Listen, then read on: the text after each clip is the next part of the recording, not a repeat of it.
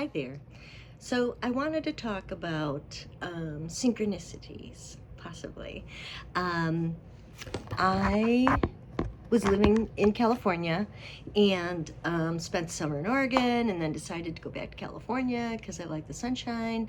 And things kind of like all of a sudden just fell through that were totally good, and they fell through. And I'm trying to push it all together, right? Like, oh, I can do this or do that or whatever. And then all of a sudden, out of the blue, not words, but something in me said, you don't belong here. You don't belong here. And I was like, I don't? Mostly gay people. I'm not gay. And have I been trying to insert myself? Yeah, maybe, but I didn't overthink it. But something moved me, right? Something made me say, you're not staying here. So I messaged a friend, and she's like, "Oh, hey, you should come here. I have a place for you. You can rent it. It's great. It's good price." I'm like, "Okay."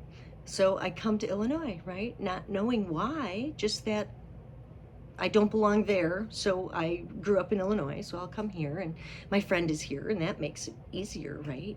So I said, I'm going to Illinois. So I drive 4 to 6 hours a day because I can't drive too much more than that.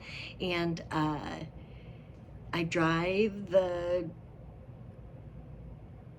don't know, 2 days, I think. I was in New Mexico. I went, Flagstaff was the first, got some snow, and then I was in New Mexico. And I'm packing my car in the parking lot, and the gal next to me is packing her car, right? And, just friendly, because it's just the two of us girls. I'm like, so, hey, where you heading? And she goes, oh, Arizona. And then something like we just trusted each other, so we started talking, and she goes, I packed up a 2-bedroom apartment. Everything I own is in this car, and I'm going from Colorado to Arizona, and I don't know why.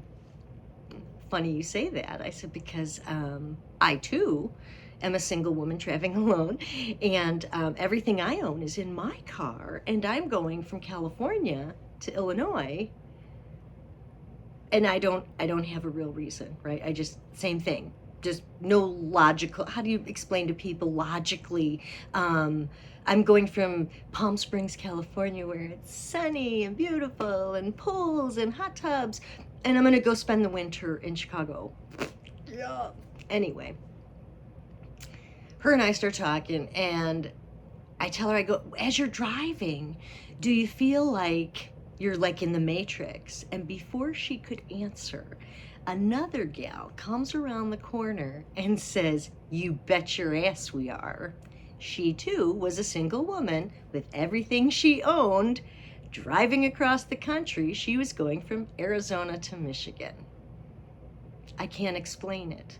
I get here, my friend and I, we hang out a little bit. It was Thanksgiving, and I didn't think of much. And then I'm messaging an old friend in the area, and he tells me that my first ex-husband is in the hospital. And I said, well, tell him if he wants me to visit, I'll visit. Because, I don't want to overstep.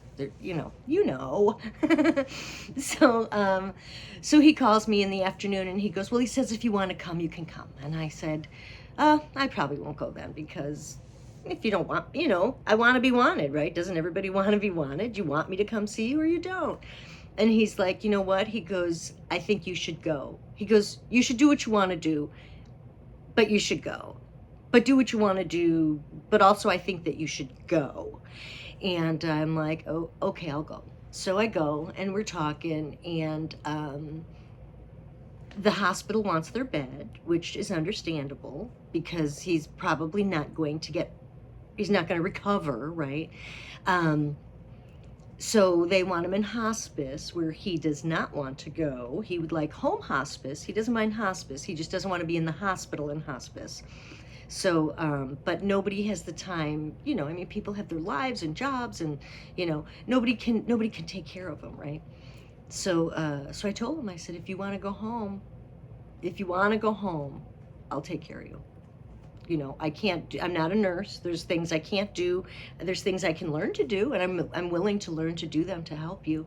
I can absolutely cook. I can absolutely make beds. I can absolutely tend to whatever needs you have. So today I'm gonna go down and meet his daughters from his second marriage, which are beautiful young women, and very on top of things. So I'm going to go meet them, and we are going to receive the hospice deliveries of like the bed and stuff like that. And then tomorrow morning, he's coming home. So I'll be back down there tomorrow morning, and if he's up for it, I guess his friend is going to come over and watch some football. So wouldn't that be lovely? So anyway, that's synchronicities. That's life. That's doing things you're not sure why, you know, because I thought I'm coming here maybe to spend some time with my friend, excuse me, and then it turns out that I'm doing something entirely different. So that being said, I will make another one later. Thanks for listening. Have a great day.